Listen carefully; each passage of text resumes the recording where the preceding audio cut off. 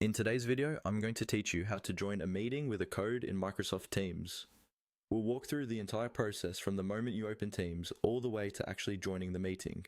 This will be especially helpful if someone has sent you a meeting ID and passcode instead of a direct link. First, open Microsoft Teams in your browser or desktop app and make sure you're signed in with the correct account, such as your work or school account. Once you're on the main screen, look for the option labeled Meet. This is usually found in the main navigation bar or near the top of the window. Go ahead and click on Meet. This is where Teams groups together all the options related to starting or joining online meetings.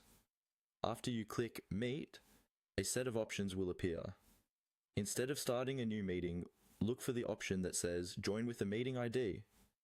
This tells Teams that you already have the details for an existing meeting and just need to join it. Click on Join with a Meeting ID to open the form where you can enter your information. Now you'll see a field where you can type the meeting ID.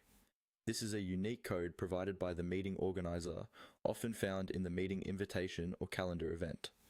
Carefully type the meeting ID exactly as it appears. Take a moment to double check the numbers and any letters, since even a small typo can prevent you from joining the correct meeting. Once the meeting ID is entered, you'll see another field for the passcode. The passcode adds an extra layer of security, making sure only people who were invited can join. Type the passcode exactly as it was given to you.